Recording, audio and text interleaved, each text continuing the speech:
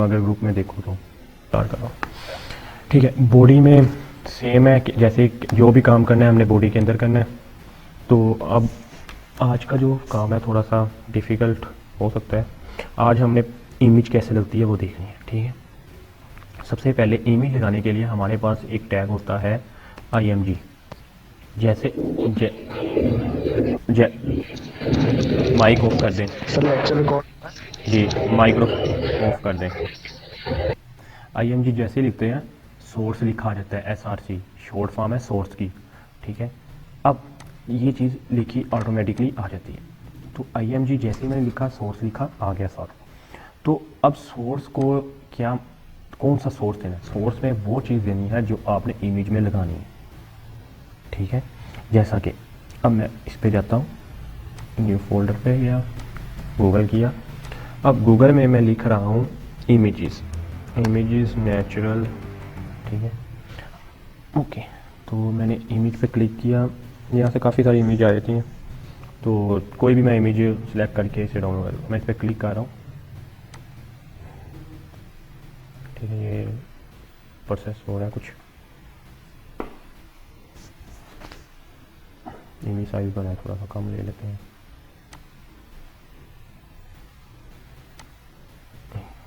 ये भी ठीक, ये साइज़ थोड़ा सा नॉर्मल है। तो सेव एज़ किया।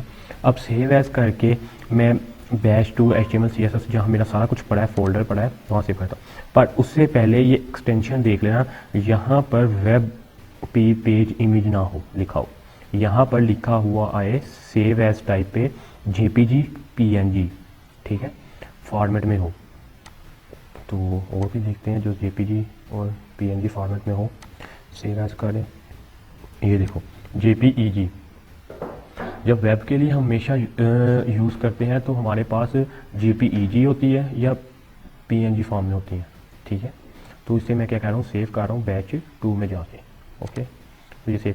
अगर आप इसको भी डाउनलोड कर सकते हो, ये जो सी होती है ये वेब इमेज के में भी डाउनलोड कर सकते हो। तो इसको अगर डाउनलोड करते हो तो उसके बाद इसका प्रोसेस क्या है।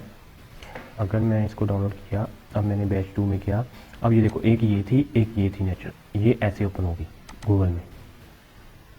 ठीक है, तो इसे हम डायरेक्ट यूज़ कर सकते हैं, पर इसका हमें भी ये पाथ देना पड़ेगा। तो ये इस वाले इश्यूज हम यूज़ करते हैं, बहुत कम यूज़ करते हैं, करते भी हैं। पर जो सी इस तरह की बनी होगी ना इमेज टाइप की, वो हम यूज़ करेंगे। ठीक है, अब हमने जो सी यूज़ की है वो ये है, ये वाली जो सी है ये वेब है।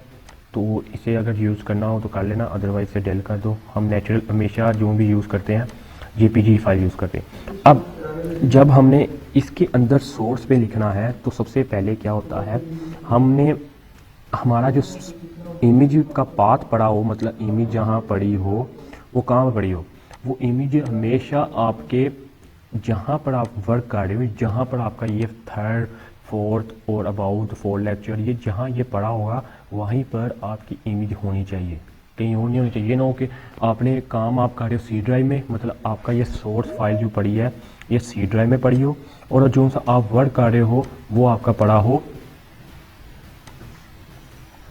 जो सा आपने वर्क रखा है वो आपका पड़ा हो कहीं और, जैसे D में पड़ा हुआ है, E में पड़ा हुआ है, और ये C ड्राइव में इमेज पड़ी है। जहाँ पर आपने ये सोर्स फाइल रखनी है सेव करके HTML वाली, तो वहीं पर आपकी इमेज होनी चाहिए। ठीक है, इसके अलावा कहीं और इमेज नहीं होनी चाहिए। ठीक है, अब क्या है कि ये देखो मैंने इमेज बनाई, मेरे का इमेज थी। अब इमेज का नेम थोड़ा काफ़ी बड़ा है, तो सबसे पहले तो इसे रीनेम कर लो। रीनेम में आप कुछ भी लिख दो, जैसा कि निकलो नेचुरल। ठीक है, छोटा नेम रख लो ताकि आपको याद रहे। ठीक, तो इसका नाम नेचुरल रख लिया। अब इसको लगाना कैसे, सबसे पहले तो इसका फॉर्म प्रॉपर्टीज़ में जाओ, इसकी इमेज की, इसका फॉर्मेट चेक करो। इसका फॉर्मेट क्या है, .jpg। ठीक है, तो ये फॉर्मेट में है .jpg फॉर्मेट में। अगर PNG होता तो ये PNG फॉर्मेट में होता। ये गिफ होता, गिफ का तो पता होगा जो सा ब्लिंक करता रहता है, मतलब कुछ चीज़ें तस्वीरें चेंज भी होती रहती है, तो वो कहती है गिफ होती है। तो अगर गिफ में होता तो ये होता। तो अब सबसे पहले क्या करना है, हमें इसे कॉपी करना है इसका नेम, और उसके साथ एक्सटेंशन क्या लगी हुई है, .jpg। तो मैं इसे क्लोज कर रहा हूँ। अब मैंने क्या किया, मैं यहाँ पर गया, सबसे पहले मैं सोर्स में उसका क्या दिया, नेम। मैंने सबसे पहले उसका नेम दिया, उसके बाद एक्सटेंशन क्या थी, .jpg। मैंने जैसे ही .jpg एक्सटेंशन लगाई, सेव कर रहा हूँ और अब देखते हैं, ओपन इन ब्राउज़र। अब मैं ब्राउज़र में ओपन किया, ये देखो इमेज लगी हुई है, ठीक है, यहाँ तक क्लियर। अब हमारे पास एक प्रॉपर्टीज होती है विड्थ की, ये देखो W लिखा, साथ ही विड्थ आ गया। अब विड्थ में आप इसकी विड्थ एडजस्ट कर सकते हो, जैसा कि अगर मैं इसको चाहूँ 300 पिक्सल, अब इसको मैं क्लियर करता हूँ, मैं 300 पिक्सल दे रहा हूँ, सेव कर रहा हूँ और अब मैं देख रहा हूँ, ये देखो 300 पिक्सल में इतनी सी आ गई है। ओके, तो अब नोटपैड में ओपन करके आपको पिक्सल का भी क्लियर कर देता हूँ कि पिक्सल होता क्या है बेसिकली। ये कोई इशू आ गया है, मेरी ना सर्च बार काम नहीं कर रही। ओके, यहीं पर नीचे क्लियर कर लेते हैं, देख लेते हैं, ठीक है। अच्छा, पिक्सल परसेंटेज, ठीक है, उसके बाद होता है VH, उसके बाद होता है VH होता है, इसके बाद एक और चीज़ होती है, वो होती है इंच में होती है, वो अभी याद नहीं आ रहा, ठीक है। ये 2-3 चीज़ें हम यूज़ करते हैं, पर मोस्टली हम ये दो ही यूज़ कर रहे होते हैं, पिक्सल और परसेंटेज। परसेंटेज का मतलब होता है, परसेंटेज का मतलब ओनली परसेंटेज जाती है 100% तक, बस 100% सिर्फ यूज़ होती है। पिक्सल में आप जितने मर्जी पिक्सल यूज़ कर लो, 1000, 100, जितने मर्जी यूज़ कर लो, पर जब हम वेबसाइट बनाते हैं मोस्टली हम यूज़ कर रहे होते हैं परसेंटेज। पिक्सल भी यूज़ कर रहे होते हैं अक्सर जगह, पर मोस्टली हम परसेंटेज यूज़ कर रहे होते हैं। परसेंटेज का बेनिफिट ये होता है कि आपकी परसेंटेज एडजस्टमेंट खुद ब खुद होती रहती है। जब हम अपनी वेबसाइट को डेवलप करते हैं मोबाइल इंटरफेस के लिए या डेस्कटॉप और टैब के लिए, तो हम परसेंटेज यूज़ करते हैं। कई जगह पे पिक्सल भी यूज़ करने पड़ जाते हैं, पर मोस्टली हम परसेंटेज पे भी वर्क कर रहे होते हैं। परसेंटेज ज़रूरी है, इम्पोर्टेंट है, क्योंकि हम इस वजह से हम परसेंटेज भी यूज़ कर रहे होते हैं, क्योंकि हमारी जो वेबसाइट होती है वो रिस्पॉन्सिव हो जाती है, ठीक है। तो इसलिए हमें परसेंटेज यूज़ करना पड़ती है।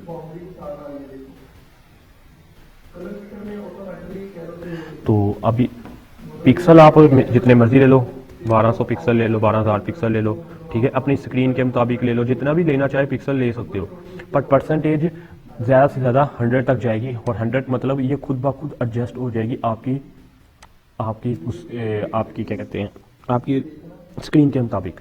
अब ये देखो, मैंने अगर इसको 100% करता हूँ, ठीक है, सेव कर रहा हूँ, मैंने सेव किया, अब 100% किया, अभी देखो 100% क्या हुआ, खुद ब खुद स्क्रीन के साथ एडजस्ट हो गई, ठीक है। अब अगर मैं इसका 50% करता हूँ तो ये इसका हाफ हो जाएगा। 50% कर रहा हूँ तो ये देखें, ये इसका हाफ हो गया, देखो हाफ हो गया इसका, ये स्क्रीन पे 2 आ सकते हैं। तो ये क्या है इसका, ये मतलब है कि ये ऑटोमेटिकली एडजस्ट हो। अगर हम पिक्सल में देते तो ये तकरीबन हाफ के लिए हमें 600 पिक्सल यूज़ करने पड़ने थे, ठीक है, देखते हैं। तो नहीं, 600 नहीं, तकरीबन 800-900 पिक्सल हाफ के लिए यूज़ करने पड़ने थे। तो ये देखो उधर तक लाने के लिए ये देखो 800 पिक्सल यूज़ करने पड़े थे, ठीक है। तो इसका मतलब ये हुआ कि हमें जब भी 800 पिक्सल यूज़ करने हैं तब हमें हमारी वो होगी मिड होगा, पर मुझे परसेंटेज में तो एग्जैक्ट पता है कि मैं 50% लिखूंगा तो वो हाफ हो जाएगा, 25 लिखूंगा तो वो उसका हाफ हो जाएगा। तो अगर 25 का 30.5 लिखता हूँ तो वो उसका हाफ हो जाएगा, अगर मैं 30.5 लिखता हूँ तो वो उसका हाफ परसेंटेज हो जाएगी, 30 नहीं 12.5, ठीक है, तो वो उसका हाफ हो जाएगा। तो ये देखो मतलब इसके कितने पार्ट बन जाएंगे, अगर 25 हो तो 4 पार्ट बनेंगे, अगर 12.5 हो तो मेरा ख्याल मैक्सिमम 8.8 बनेंगी इमेजेस, ठीक है। 8 इमेजेस लग सकती है एक रो पे, ठीक हो गया। तो ये है, डिपेंड करता है कि आप इसको कैसे काम कर रहे हो। तो जैसे आपको अच्छा लगे आप वर्क करो, पर मोस्टली हम यूज़ करेंगे परसेंटेज ही, ताकि हमें हर चीज़ को क्लियर हो जाए। तो पिक्सल भी यूज़ होगा साथ साथ, परसेंटेज भी साथ साथ यूज़ करेंगे, ताकि सब कुछ परफेक्ट हो जाए। देखो 1 2 3 और 4 जब इमेज आपकी लगेगी तो ये 100% हाइट आपकी हो जाएगी, ठीक है। ठीक है, यहाँ तक क्लियर हो गया। इमेज आप लगा सकते हो। यहाँ तक किसी को कोई प्रॉब्लम है तो पूछ ले। सर ये गूगल में जाके वहां पे सेव करनी ना, जहाँ पे प्रोग्राम आया होता है इंडेक्स का, जैसे आपने फर्स्ट लेक्चर में जी हमें बताया जी, था। उधर जाके सेव करना है, ठीक है। ये देखो, जैसे मैंने अपना ये फोल्डर बनाया था ना, batch2.html, ठीक है, HTML/CSS दिखाता हूँ आपको। ये देखो मैंने अपना फोल्डर एक बनाया हुआ है यहाँ पर, batch2.html/CSS के नाम से, ठीक है। तो मैं सारा कुछ डाटा जो भी है, जो भी चीज़ आ रही है, मैं इसके अंदर सेव कर रहा हूँ, ठीक है। तो एक छोटा सा और काम करता हूँ। अब देखो, अब अगर आपको आप देखा जाए कि अगर मैं ये जो चीज़ है, ये देखो, ये एक जगह पड़ा हुआ है। अगर मैं चाहूँ कि यार इमेज का एक फ़ोल्डर ना बना लूँ, मैं कहता हूँ कि यहाँ पर एक इमेज का नाम से फ़ोल्डर बनाता हूँ, इमेज नाम से एक फ़ोल्डर बना लेता हूँ, इमेज सिर्फ, उसके अंदर इमेज डाल लूँ, कि क्या होगा, मेरा खलारा थोड़ा सा कम हो जाएगा। अब जो भी इमेज आया करेगी मैं इसके अंदर रख दिया करूँगा। अगर अब मैं और भी कोई इमेज डाउनलोड करता हूँ, ये वाली इमेज मैं डाउनलोड करता हूँ, सेव एज पे जाके, तो ये JPG मैं इस इमेज के अंदर रख रहा हूँ, और इसका नेम मैं रख लेता हूँ, N2 रख लेता हूँ, ठीक है। और मैं इसे सेव करता हूँ। अब क्या होगा, अब जो सा मेरा फोल्डर है, ये देखो मेरा फोल्डर, ये नीट एंड क्लीन नज़र आ रहा है, सारा कुछ इमेजेस जो सी है इसके अंदर जा रही है, तो मुझे थोड़ा सा परफेक्ट नज़र आ रहा है। अगर मैं यहाँ बाहर रखता तो इसने खलारा डालना था यहाँ पर इमेज। तो अब क्या है, आपको सिर्फ सिंपल करना क्या करना है, इमेज इससे पहले इमेज का फोल्डर, मैंने उसे बताया प्रोग्रामिंग में, सोर्स में, कि मेरे पास एक इमेज का एक फोल्डर है, स्लैश, उसके बाद उसका नेम आ रहा है, बस सिंपल। जब भी आपने कोई फोल्डर का नेम देना है, उसके बाद आपने स्लैश लगा देनी, बस सिंपल है। तो ये क्या है, ये उसका पाथ हो जाएगा। अदरवाइज अगर आप यहाँ पर भी देखें, ये देखो, ये भी चीज़ वही आ रही है, डेस्कटॉप, ये देख लो, देखो वो कह रहा है कि अब मैं इमेज को सिलेक्ट कर लूँ ना, तो ये देखो वो क्या कह रहा है, अगर कह रहा है सी यूज़र मशेप, उसके बाद डेस्कटॉप में बैच HTML/CSS के एक फ़ोल्डर है, उसके अंदर इमेज का एक फ़ोल्डर है, उसके अंदर ये इमेज पड़ी हुई है। तो इतना जो सा प्रोसेस लिखना है, वो उस प्रोसेस से बचने के लिए हमने क्या किया, सिर्फ और सिर्फ जहाँ मेरा ये पाथ पड़ा हुआ है उसके अंदर क्या पड़ा हुआ है, एक इमेज पड़ी हुई है। तो ये जैसे ही आप खुद लगाएंगे, आपको खुद ब खुद आइडिया हो जाएगा कि कैसे लग रहा है। सिर्फ सिंपल है कि जहाँ इमेज का एक फ़ोल्डर है, इमेज का ये क्या हुआ, एक फ़ोल्डर है, जो मर्जी नेम रख लो, इमेज का रख लो, पिक्चर रख लो, जो भी नाम रखना है, पिक रखना है, जो भी रखना है रख लो नेम फोल्डर का, यहाँ पर वही नेम रखेगा। उसके बाद स्लैश लगेगी, स्लैश निकलने के बाद जो सा उसके अंदर इमेज पड़ी है, जो मर्जी पड़ी है, मेरे पास N2 भी पड़ी हुई है, मैं N2 लिख देता हूँ, सेव किया। अब देखते हैं हमारा वर्क कर रहा है या नहीं कर रहा। तो ये देखो हमारा अभी भी वर्क कर रहा है, ठीक है। तो ये चीज़ है, तो ये हमारा अभी भी वर्क कर रहा है। तो इस तरह क्या हुआ, हमें आसानी से हम अपनी एक हमारा जो सा क्लियर भी हो गया, और साथ साथ हमें पता भी लग गया कि कैसे लगाना है। अब यहाँ तक क्लियर है, तो कोई क्वेश्चन है तो पूछ ले, फिर आगे स्टार्ट करो। सर हर इमेज की एक्सटेंशन होनी चाहिए। PNG भी होती है, PNG, दो एक्सटेंशन यूज होती हैं वेब इंटरफेस में, PNG डॉट PNG,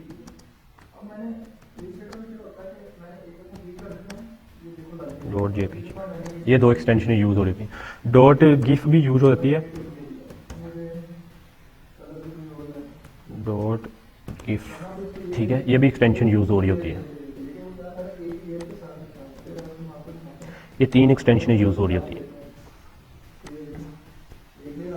पर मोस्टली जब इमेज हम यूज़ कर रहे होते हैं तो ये यूज़ कर रहे होते हैं।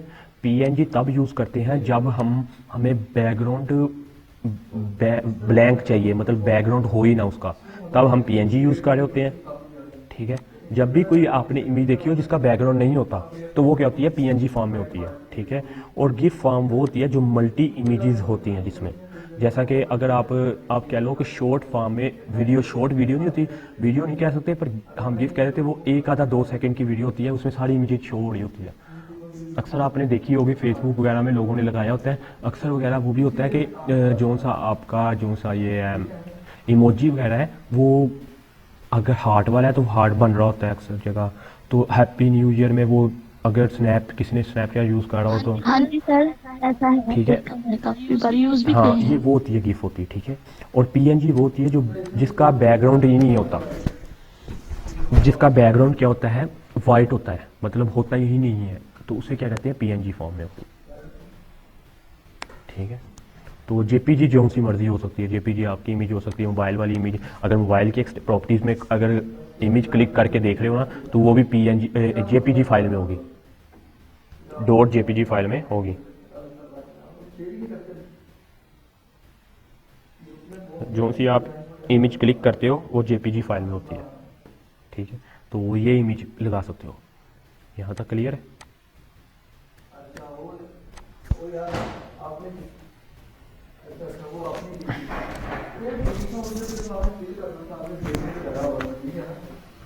यहाँ तक कोई प्रॉब्लम तो पूछ लें।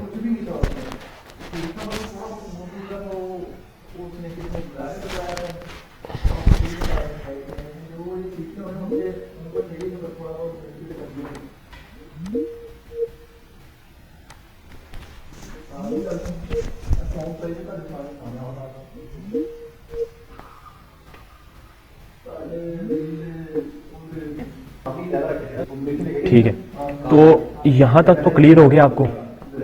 यहाँ तक कोई प्रॉब्लम? ठीक है, तो अब जो थोड़ा सा काम है वो मेन काम है। ये जोन सी हमने अभी ये यूज़ की है, ये जोन सी थी, ये आपकी थी HTML की CSS। ठीक है, अब हम जो यूज़ करेंगे वो साथ साथ हम CSS यूज़ करेंगे, HTML और CSS दोनों अलग अलग यूज़ करेंगे, HTML और CSS अलग अलग यूज़ करेंगे। ठीक है, अब ऐसे यूज़ करेंगे हम। ठीक है, तो थोड़ा सा डिफिकल्ट होगा तो काम थोड़ा सा कम करूँगा, ज़्यादा नहीं करवाऊँगा। ठीक है, अब ये देखो, अब क्या था, जैसा कि मैंने एक डिव का टैग लिया, अब ये जो सा डिव टैग है ये देना, ये मोस्ट इम्पोर्टेंट टैग है। ठीक है, ये समझ लो कि इतना इम्पोर्टेंट टैग है कि इसके बगैर हम वेबसाइट डेवलप नहीं कर सकते। ये वाला टैग, इस वाले डिव टैग के बगैर हम वेबसाइट नहीं बना सकते, नामुमकिन है इसके बगैर वेबसाइट बनाना। तो ये एक टैग ऐसा प्रोवाइड किया जो सेशन को डिवाइड करता है, जो अब हमने जो सेक्शन बनाए होते हैं ना, जैसे कॉलम वगैरह होते हैं, ग्रुप सब हर जगह होते हैं। ये जैसे ये वेबसाइट दिखाता हूँ आपको, तो ये देखिए ये वेबसाइट है, इस वेबसाइट के जो सेक्शन है, ये वाला सेक्शन है, ये वाला, ये 1 2 3 4 5, ये 5 सेक्शन, 1 2 3, ये वाले सेक्शन, ये सारे सेक्शनों को क्या करता है, डिवाइड करता है। अगर कंट्रोल में यू करूं तो अब देख लो, ये देखो, ये देखी जाओ कितनी डिव्स लगी हुई है, 1 2 3 4 5, हर काम किस पे हो रहा है, डिव्स पे हो रहा है। स्पैन का बाद में बताऊंगा ये चीज़ क्या हो रही है, मोस्टली जो काम हो रहा है वो डिव पे हो रहा है। ये देख ले, ये डिव का मेन जो चीज़ लगी होगी वो डिव पे लगी होगी, div div div div div div, सारी जगह क्या लगा है, डिव लगी हुई है। ठीक है, तो ये जो टैग है ये इतना इंपॉर्टेंट टैग है आपके लिए, डिव टैग।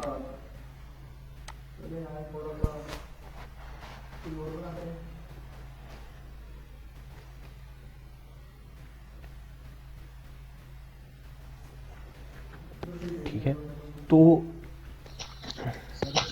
सर क्या कह रहे हैं?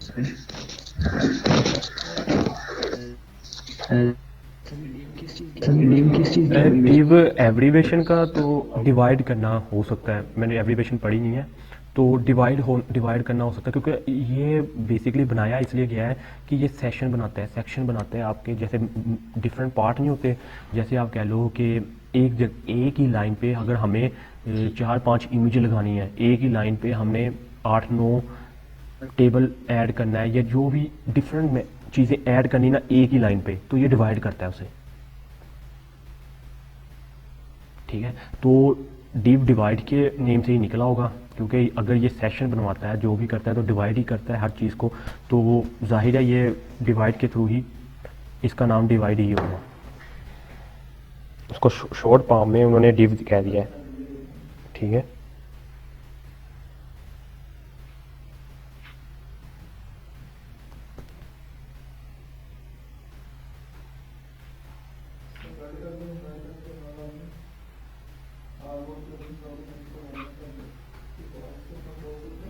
ठीक है, तो यहाँ तक ये चीज़ आपके लिए मोस्ट इम्पोर्टेंट है।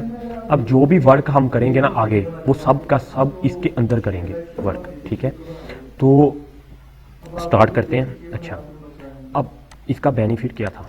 ये डिव का एक ऐसा सेशन है जहाँ जिसमें हमें प्रोवाइड किया जाता है कि आप इजीली कुछ भी कर सकते हो, कोई भी वेबसाइट का स्ट्रक्चर है वो आप इजीली इसके अंदर बना सकते हो। ठीक है, अब हमारे पास जब हम डिव लगाते हैं तो वैसे डिव बेकार है, इसको कुछ भी कोई काम नहीं है, इसका कुछ नहीं कर सकते हम। पर जब इसके साथ CSS अटैच होती है तो तब हमें इसे बेनिफिट होता है। CSS कितनी किस्म की होती है?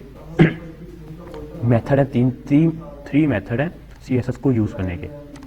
ठीक है, 3 मेथड कौन कौन से हैं? सबसे पहले इनलाइन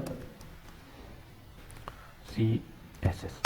ठीक है, दूसरे नंबर पे आता है इंटरनल CSS, फिर आता है एक्सटर्नल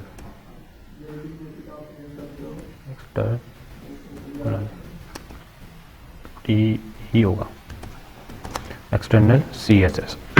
ठीक है, अब जो से हम CSS यूज़ कर रहे हैं ये इस टाइम इनलाइन CSS है। ठीक है, इंटरनल और एक्सटर्नल जो सी CSS है ये हम आगे जाके ऐसा आपको जब ये क्लियर होगी ना, इनलाइन क्लियर हो गई, तो इंटरनल और एक्सटर्नल कोई मुश्किल नहीं है आपके लिए, सिर्फ एक इनमें से एक क्लियर करनी होती है। तो मोस्टली हम सबसे पहले इसमें क्लियर करेंगे इनलाइन CSS। ठीक है, ओके, तो सबसे पहले हम क्या करते हैं, हमने डिव का एक टैग लिया। ठीक है, जब भी हम इनलाइन CSS लगाते हैं उसके लिए हमारे पास यूज़ होता है स्टाइल। ठीक है, स्टाइल के बाद हमारे पास ऑटोमेटिकली इक्वल टू और डबल कोटेशन आ जाता है, और जो भी हम प्रॉपर वर्क कर रहे होते हैं इसके अंदर वर्क कर रहे होते हैं। ठीक है, इसके अलावा हमारे पास कोई ऑप्शन नहीं है कि हम वर्क कर सके, ये हमारा मेन पार्ट है, हम इसके अंदर वर्क कर रहे होते हैं। ठीक है, अब स्टाइल में हमें क्या क्या चाहिए? स्टाइल में हमें सबसे पहले चाहिए बॉर्डर, BO, जैसे देखो अब मैंने BORD लिखा, साथ ही प्रॉपर्टीज लग गई। ठीक है, अब मुझे बॉर्डर चाहिए, मैंने बॉर्डर पे क्लिक कर दिया, सिंपल, मैंने क्लिक किया, डबल कोटेशन हमारे साथ लग गई। अब डबल कोटेशन में हम बॉर्डर लिखने के बाद हमने क्या किया, हमारे पास ऑटोमेटिकली 1 पिक्सल हम बॉर्डर देते हैं, सॉलिड और रेड। ठीक है, अब यहाँ पर आप थोड़ा सा कंफ्यूज होंगे, ये सारा कुछ सर ने एक ही लाइन पे लिख दिया। अब ये क्या है, बॉर्डर का शॉर्टकट है। ठीक है, ये शॉर्टकट फॉर्म में है, अदरवाइज अगर हम इसको दोबारा लिखें, अब जब भी कोई चीज़ ऑफ करनी है, जैसे C++ जिसमें किया हो तो सेमीकोलन लगाते हैं, तो सेम प्रोसेस यहाँ पर भी यही है कि सेमीकोलन लगाते हैं जब भी आपने कोई एक प्रॉपर्टी एंड कर देनी है, सेमीकोलन लगाया। अब देखो, अब मैंने बॉर्डर 1 पिक्सल दिया, मैंने उसको कहा सॉलिड है, ये सॉलिड हो, सॉलिड मतलब एक सॉलिड लाइन लग जाए, सॉलिड लाइन है, जैसा कि आप कह लो इसमें सॉलिड होता है, डॉटेड होता है, डबल होता है और डैश होता है, 4 यूज़ कर सकते हो आप, और भी होते हैं, मोस्टली 4 ही यूज़ होते हैं। तो कलर क्या है इसका? रेड। पर अगर हम इसको थोड़ा सा शॉर्ट फॉर्म में ना लिखें तो हमें क्या लिखना पड़ना था? Border style. सबसे पहले एक प्रॉपर्टी लगानी पड़नी थी बॉर्डर स्टाइल की। तो बॉर्डर स्टाइल में हमें इसे देना, ये देखो border style dash, dotted, double, ग्रोम, हिडन और इसके बाद नॉन और उसके बाद सॉलिड। ठीक है, आउटसेट भी है। ठीक है, काफ़ी सारी प्रॉपर्टीज हैं। तो यहाँ पर मुझे एक एक करके लगाना पड़ना था, सॉलिड लिखना पड़ना था। ठीक है, तो फिर मैं इसे बंद करना पड़ना था। उसके बाद मुझे एक और भी प्रॉपर्टी लगानी पड़नी थी जिसका नाम था बॉर्डर कलर। तो बॉर्डर कलर को मैंने यहाँ पर रेड देना पड़ना था और फिर इसे ऑफ करना था। फिर मेरे पास एक और प्रॉपर्टी थी जिसमें बॉर्डर पिक्सल था, बॉर्डर हमारे पास था border. Excuse me sir sir मुझे अभी किसी ने फिर मीटिंग से रिमूव कर दिया था। यार ना करो किसी को रिमूव, मैं फिर ठीक है, एक मिनट वेट करना। ठीक है, तो सेम प्रोसेस है, कोई इशू नहीं है। स्टाइल में लगाना है हर चीज़, जो भी CSS की जो भी चीज़ लगेगी वो स्टाइल लगाना ही पड़ेगा आपको। Style is equal to double quotation और डबल कोटेशन एंड। ठीक है, जो भी काम ही हमने करना है वो डबल कोटेशन के अंदर ही करना है। ठीक है, तो छोटा सा वर्क किया, अभी बॉर्डर लगाया, 3 पिक्सल दिया है, सॉलिड दिया है और ऑरेंज दिया है। अब हमें इसे हाइट और विड्थ देनी पड़ेगी। क्यों देनी पड़ेगी? क्योंकि मैं सेव करता हूँ तो ये सिर्फ और सिर्फ अभी एक लाइन लगी है। ठीक है, अभी हमारा प्रॉपर कोई काम नहीं हुआ। ये वाली जो चीज़ आ रही है ये एग्जैक्ट हमने नीचे लिख दिया ना, इस वजह से आ रही है। अभी हमने कोई काम नहीं किया, अभी सिर्फ और सिर्फ क्या हुआ है, अभी सिर्फ बॉर्डर लगाया है। ये बॉर्डर लगाया और 3 पिक्सल दिया और सॉलिड दिया और ऑरेंज दिया। अभी हमने कोई भी वर्क नहीं किया। मैं वर्क करने के लिए मैंने क्या किया, विड्थ दी। मैंने विड्थ लिखा, ये देखो प्रॉपर्टीज़ है ना। अगर प्रॉपर्टीज़ नहीं आ रही है आपकी कुछ वजह से, ये देखो प्रॉपर्टीज़ नहीं आती, कंट्रोल स्पेस दबाएंगे, ये बॉर्डर विड्थ आ गई। ठीक है, मैंने विड्थ लिखी। अब विड्थ मैं लिखता हूँ इसकी 100%। ठीक है, परसेंटेज आ रहा है शिफ्ट 5 से। ठीक है, और फिर सेमीकोलन से ऑफ हो गया। अब क्या है, हाइट। ठीक है, HIGHT हाइट, सेम हाइट कौन सी है? पेंट मेरे पास है, मैं पेंट में ओपन करता हूँ।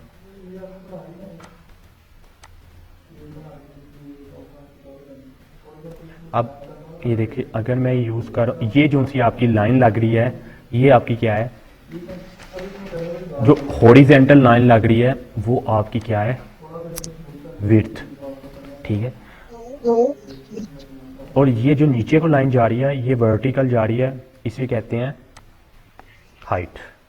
ठीक है, ठीक है। अगर ज़्यादा इसको एक्सप्लेन किया जाए तो हम कह सकते हैं जो चीज़ V का मतलब, V से लगा लें, V का मतलब आ जाता है, अगर भूल जाते हैं, V का मतलब आपको कह रहे हैं हाइट है। V आपकी क्या है, हाइट, हॉरिजेंटल हाइट और वर्टिकल हाइट। ठीक है, वर्टिकल का मतलब आ जाता है आपकी हाइट, हॉरिजेंटल का मतलब आ जाता है आपकी विड्थ। ठीक है, तो जैसे आपको अच्छा लगे आप उसको एक्सप्लेन कर लें। मुझे तो सिर्फ इसी तरह याद रहता है कि V वर्टिकल मतलब आपकी क्या है, हाइट है, हाइट है। ठीक है, तो सिंपल है, हाइट लगी और अब आपको ये क्लियर हो गया कि ये हाइट है और ये विड्थ है। अब अगर हमें एक कॉलम बनाना, इस तरह बनाना हो तो इस तरह, तो हमें क्या, अगर ये इसी तरह का एक बॉक्स सा बनाना है तो हमें जो सी हाइट है, जो विड्थ है वो कितनी देनी पड़ेगी। विड्थ अगर मैं फुल पेज में लेना चाह रहा हूँ तो मैं 100% ले लेता हूँ। ठीक हो गया, क्लियर है यहाँ तक। अगर ये बॉक्स बनाना है तो मुझे विड्थ कौन सी कितनी लेनी पड़ेगी, 100। और हाइट क्या होती है, हाइट जब भी हम लेते हैं हमेशा पिक्सल पे लेते हैं। विड्थ आप पे डिपेंड करता है, आप जिसमें मर्जी ले लो। ठीक है, पर जब हाइट लेते हैं ना तो हाइट हमेशा किस पे लेते हैं, पिक्सल पे। कितने पिक्सल ले लें अगर ये मुझे बॉक्स बनाना हो, तकरीबन मैक्सिमम 300 या 400 पिक्सल ले लेते हैं। वो एडजस्ट करना पड़ता है, जैसे जैसे आप काम करते हो आपको काम करना आ जाता है कि कैसे पिक्सल लेने हैं, ठीक है। कितने पिक्सल में ये बनेगा, ये कितने पिक्सल यूज़ होगा, ठीक है, वो सारा आपको करना आ जाएगा। क्योंकि अब देखो अगर आपके लैपटॉप की स्क्रीन है, मेरे लैपटॉप की स्क्रीन है, तो तकरीबन हाइट विड्थ हाइट जो सी है वो सेम ही होगी। अगर आपके लैपटॉप की स्क्रीन जो सी है अगर छोटी भी है ना, तो हाइट हम सेम ही रखेंगे।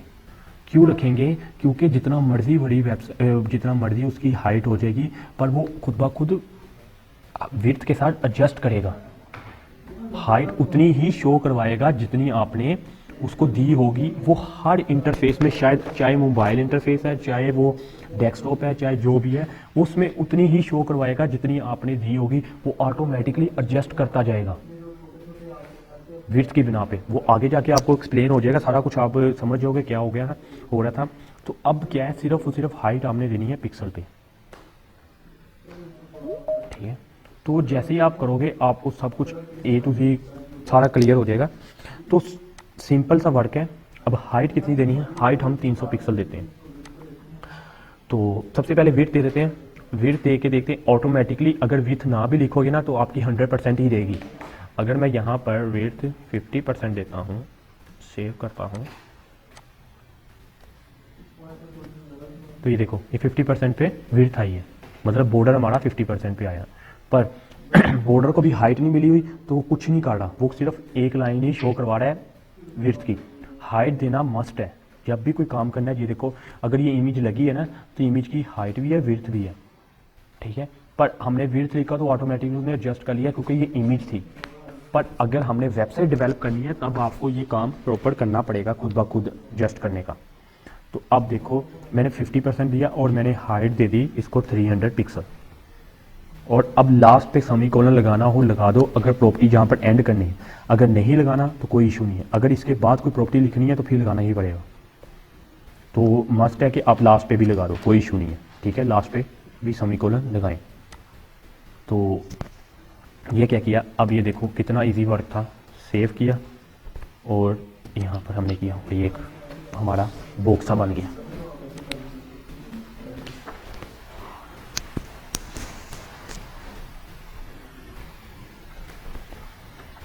ठीक है। अब इसके लिए एक छोटी सी एक और प्रॉपर्टी होती है। अगर आपने इसको बैकग्राउंड कलर देना है, इसके अंदर वाला जो फिल करना है, ये वाला जो हिस्सा है ना अंदर वाला, ये फिल करना है, तो कैसे करना है? उसके लिए हमारे पास एक प्रॉपर्टी होती है बैकग्राउंड कलर। ये देखो नीचे आया, ये देखो बैकग्राउंड कलर की एक प्रॉपर्टी थी, मैंने इस पर क्लिक किया। अब वो पूछा कौन सा कलर देना है, मैंने कहा बैकग्राउंड कलर इस पे आ जाए ग्रीन, मैंने ग्रीन लिया। अगर आपको कलर के स्कीम के नेम याद है तो ठीक है, अगर नहीं याद कोई इशू नहीं है, ग्रीन लिख दो अभी के लिए, आगे हम जाके देख लेंगे कलर स्कीम कैसे लेनी है। सेव किया, ये देखो अंदर का हिस्सा फिल हो गया बैकग्राउंड कलर, ठीक हो गया। अब किसका बैकग्राउंड कलर था? डिव का, जहां पर हमने 50% हाइट विड्थ ली हुई थी। अब हाइट कितनी परसेंट थी? 30%। अगर हम हाइट को ज़्यादा करते हैं तो वो हाइट ज़्यादा हो जाएगी। ये देखो ये हाइट ज़्यादा होगी। अब अगर हमने विड्थ ज़्यादा करनी है तो 70 कर रहे हैं, तो 70% में ये देखो। अगर आप कहते हो मैंने हाइट परसेंटेज में नहीं लेनी, पिक्सल में लेनी है, तो 70 पिक्सल कर लो। 70 नहीं, फिर आपको 1000 पिक्सल करनी पड़ेगी।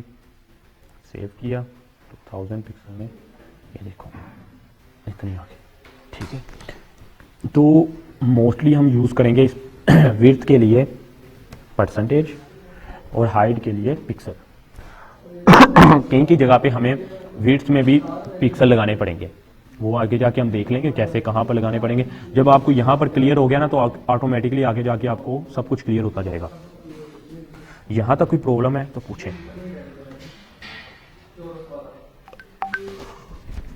क्योंकि ये हमारा मेन पार्ट है, इसके थ्रू हमने सारा वर्क करना है आज। सर ये जो आपने प्रॉपर्टीज लगाई है सॉलिड और इसके बाद सेमीकोलन लगाया, अगर आगे वाली प्रॉपर्टी विड्थ, हाइट और बैकग्राउंड इसी तरह स्पेस में लिखी और उनके एंड पे सेमीकोलन नहीं, वो गलत, तब ये काम नहीं करेगा, अगर ये देखो, अगर आप कह रहे हो सेमीकोलन मैं यहाँ लगा दूँ, ख़त्म कर दूँ, ये वाला कह रहे हो ना ऐसे, ये सेमीकोलन, तो ये प्रॉब्लम कर देगा, शायद शो भी करवा दे, पर क्या है कि आगे जाके आपको प्रॉब्लम ना आ जाए। ये देखो ख़त्म हो गया, कुछ भी नहीं आया। तो उसने क्या किया, मस्ट है सेमीकोलन। हाँ, अब मुझे उसने एरर भी नहीं शो करवाया कभी कभी, ठीक है, ये आपको लगाना ही पड़ेगा सेमीकोलन। तो ये भी छोटी छोटी गलतियां हो जाएंगी, कोई इशू नहीं है, तो ऐसा ऐसा क्लियर हो जाएगा, ठीक है। तो अभी के लिए ऐसे ही, ठीक है। तो आपको ऐसा ऐसा पता चलना स्टार्ट हो जाएगा जब ना आप इस पर वर्क करेंगे ना, तो बहुत इजी वर्क है, बहुत आसान लैंग्वेज है, कोई इसमें टफ नहीं है, तो सिंपल है। अब एक और चीज़ है, अगर आप बॉर्डर नहीं लगाना चाह रहे ना अभी के लिए, तो इस वाले हिस्से को स्किप भी कर दो। ये जो सारा कुछ काम है ये इसने कर लिया है, अब बैकग्राउंड कलर वाले ने ये सारा काम संभाल लिया। सेव कर रहा हूँ, ये देखो सेम प्रोसेस हो रहा है। विड्थ नहीं दी, ये देखो विड्थ नहीं दी ना मैंने, तो उसने 100% ही ऑटोमेटिकली कर दी है। मैं विड्थ देता हूँ तो वो 100% से 70% में आ जाएगा। ये देखो मैंने बॉर्डर अभी नहीं लगाया, बॉर्डर वाले को हिस्से को स्किप कर दो, वो आगे जाके आपको और भी क्लियर हो जाएगा। तो अगर लगाना हो तो किसी ने लगा लो, अदरवाइज स्किप भी कर दोगे, कोई इशू नहीं, ठीक है। मैं लगा देता हूँ वैसे ही आपके लिए, तो चेक कर लेना कैसे क्या हो रहा है काम, ठीक है। सॉलिड और रेड, ग्रीन, रेड कर लेते हैं, रेड, ठीक है, ओके।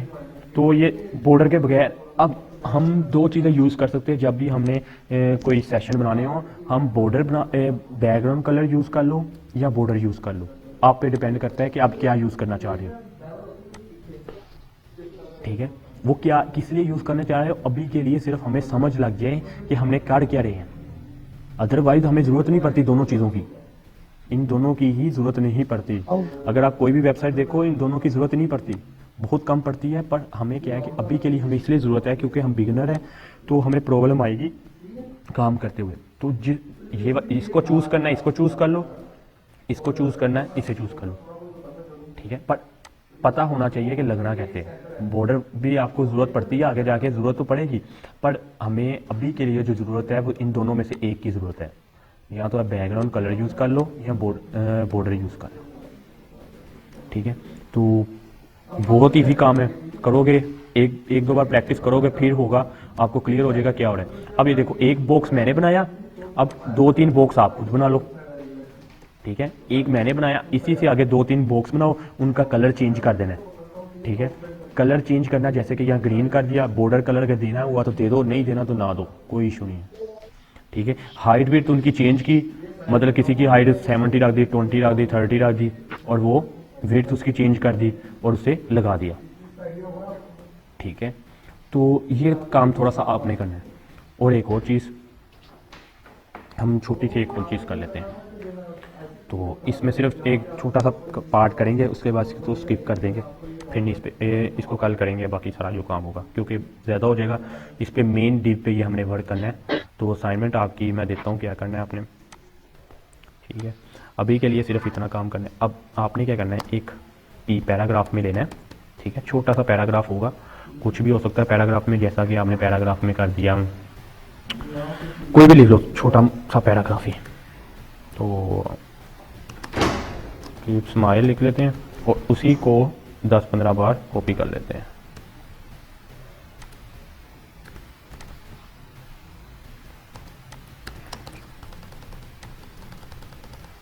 ठीक हो गया, कॉपी पेस्ट कर। अब सेव किया, छोटा सा काम किया।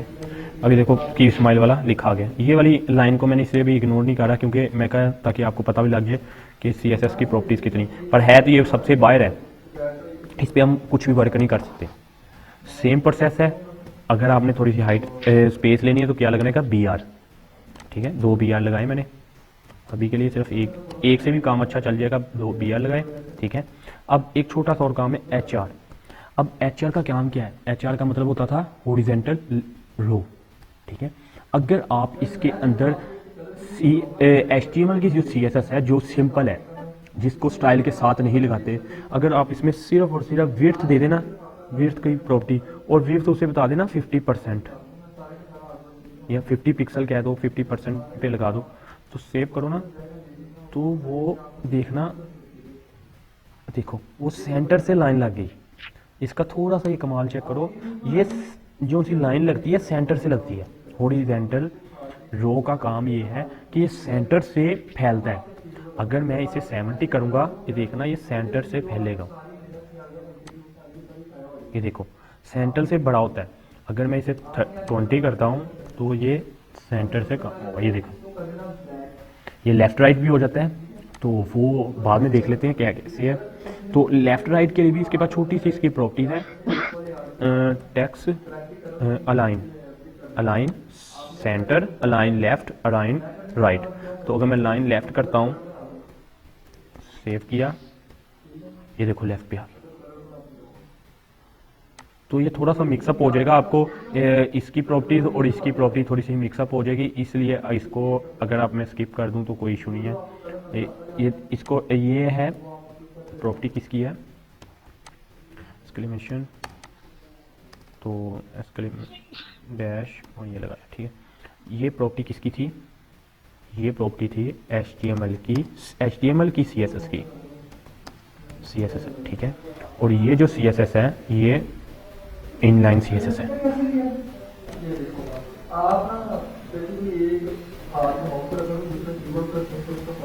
ठीक है। ये क्या थी, div with inline CSS, inline CSS, ठीक हो गया। ओके, यहाँ तक हमें क्लियर हो गया, पता लग गया कि ये इनलाइन CSS थी और ये क्या थी, ये HTML की CSS थी, ठीक है। और अक्सर इसे हम मोस्टली जब होते हैं ना, हम इसे ऐसे भी यूज़ कर रहे होते हैं, .css, ये इसको ऐसे अक्सर लिखा होता है, कहीं जगह पर लिखा होगा ना HTML.css ऐसे लिखा होगा, या /CSS ऐसे नहीं लिखा होता, .c लिखा होता है। इसके अगर ये CSS HTML और CSS होगा और स्लैश लगा होगा, अगर डॉट लगा होगा मतलब HTML की CSS यूज़ हुई है, अगर स्लैश लगा है तो HTML और CSS यूज़ हुई है, ठीक है। तो ये इसका मेन थोड़ा सा है। अब देखो मैंने क्या लिखा, कीप स्माइलिंग। अब मैंने पैराग्राफ में लिखा, अब पैराग्राफ में जब मैंने लिखा तो मैंने क्या कि इसका जो सा फ़ॉन्ट साइज़ है, कलर एक चेंज हो जाए, एक फ़ॉन्ट साइज़ चेंज हो जाए, और एक इसकी फ़ॉन्ट की जो प्रॉपर्टीज़ है वो चेंज हो जाए। तो 3 चीज़ें सिर्फ करते हैं छोटी सी। सबसे पहले किया था स्टाइल, मैंने कहा था अब हमने यूज़ करनी है इनलाइन सिर्फ ओनली। तो ये कुछ पार्ट थे जो से हमने इसके साथ किए हैं, तो सिर्फ आपको समझाने के लिए, बाकी इनको इग्नोर करना है तो कर देना इग्नोर, कोई इशू नहीं, हम CSS के थ्रू कर लेंगे इसको सारा हैंडल। मैंने क्या लिखा, स्टाइल, मैंने स्टाइल लिखा। अब स्टाइल में मैंने कहा ये पैराग्राफ है, कीप स्माइल लिखा हुआ सब पैराग्राफ में, मैं चाहता हूँ इस पैराग्राफ को थोड़ा अच्छा बन जाए। मैंने क्या कहा, इसको सबसे पहले ये चेक करते हैं इसका कलर क्या है।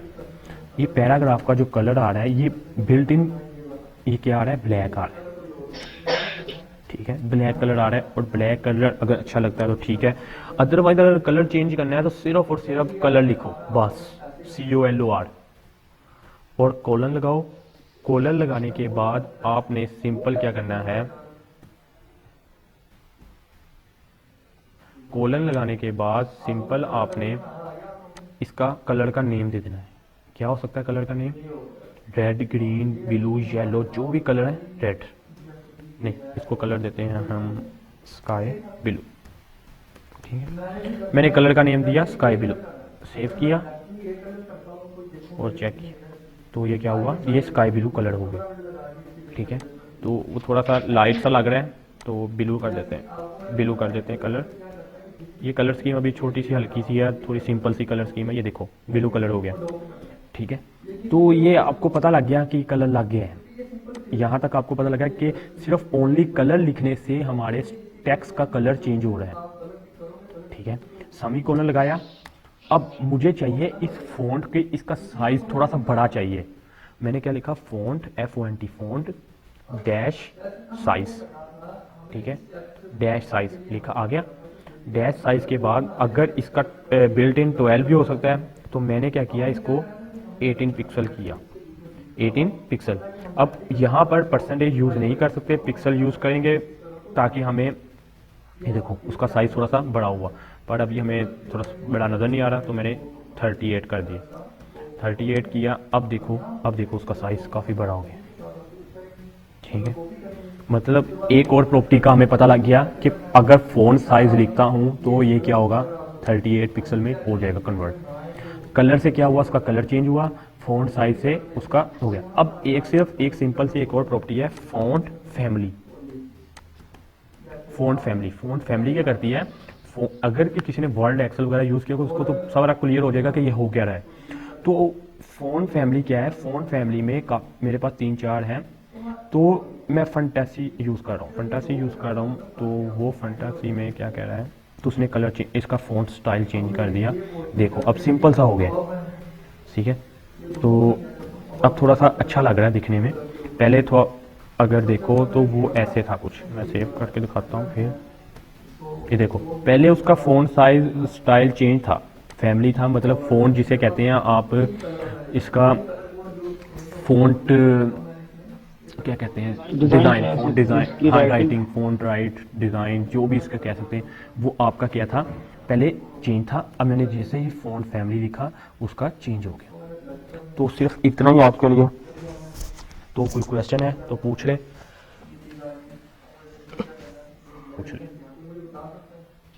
पर ये जो आपने फैंटेसी लिखी है